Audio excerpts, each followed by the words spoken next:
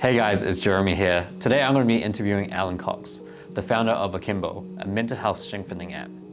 Today he's going to be sharing his journey with mental health. Let's get to it.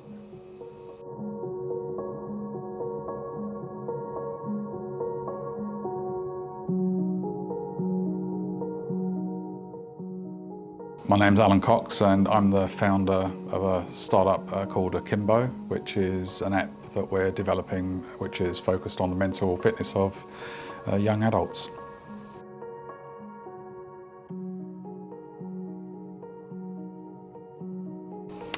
Well, I guess I see a lot of change needs to happen with mental health, and I'm just one small cog in a big machine, I guess, but I'm really trying to change the story around mental health. Mental health, I think, has got quite a negative connotation to it. If someone says they have a heart murmur or something, it's kind of accepted, but if somebody's got something going on with their mind, it's got a huge stigma attached to it, and I'd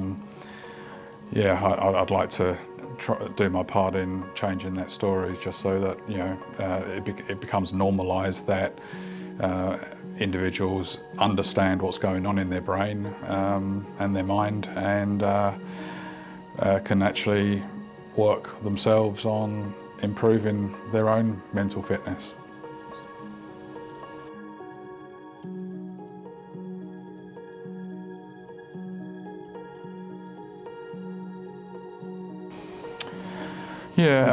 So I guess I've basically struggled with poor mental health for the most of my life, actually, and that probably stemmed from some form of abuse in my childhood. And looking back and understanding what I know now, that effectively left me with a very low sense of self-image, self-worth, very low resilience, So over the years, I've had bouts of depression, anxiety, that kind of thing. Even in the good times, perhaps flying off the handle quite easily when like abnormally. But in more recent years, especially I had quite a close call in the Canterbury earthquakes, and lost my business and all of those kinds of things, and that really was the straw that broke the camel's back for me. That led to a huge mental breakdown, which I was pretty much bedridden most of the time. And really, that was kind of like my journey and my lowest point, really. And it was really through some things I discovered through that recovery that kind of led me to where I am now and what I'm doing now.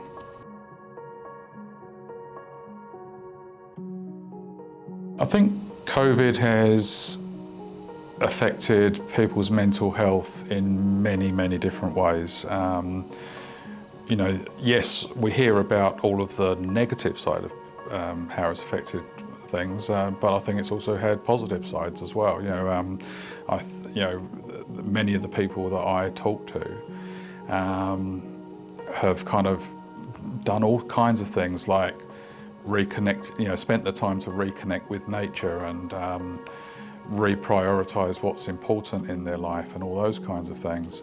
But at the same time, there's probably an equal number that it's caused a great deal of anxiety. It is a time when there's a lot of uncertainty around the future, and many people that have a low resilience and not able to perhaps see the positive of what can come out of this, can be negatively impacted, obviously.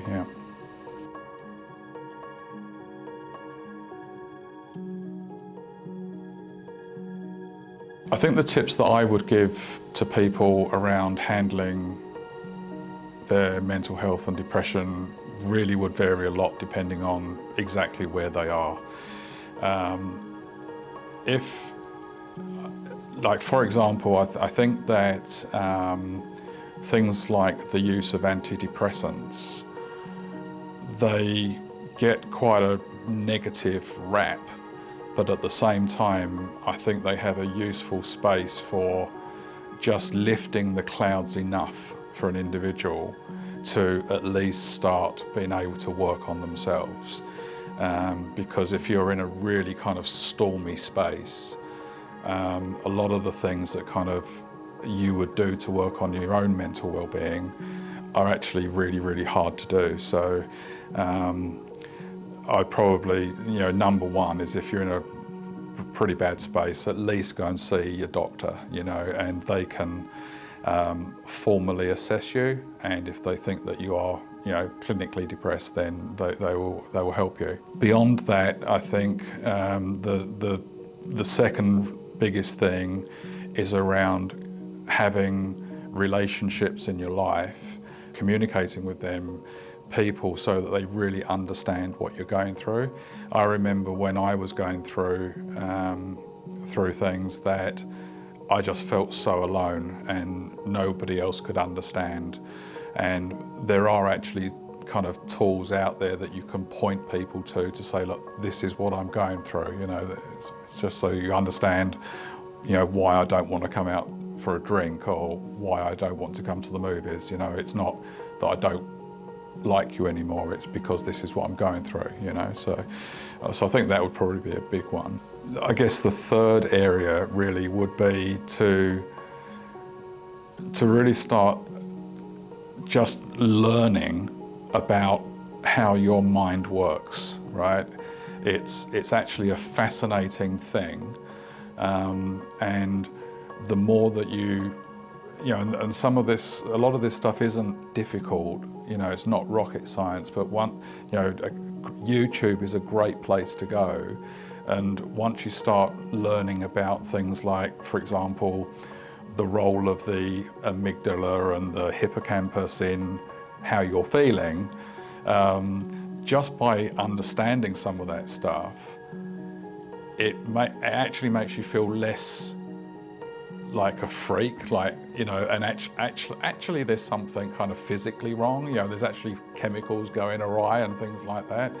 I certainly found that really, really helpful, and I think, once you have the appetite to understand what's going on in here, the natural progression from there is to learn to understand what to do about it.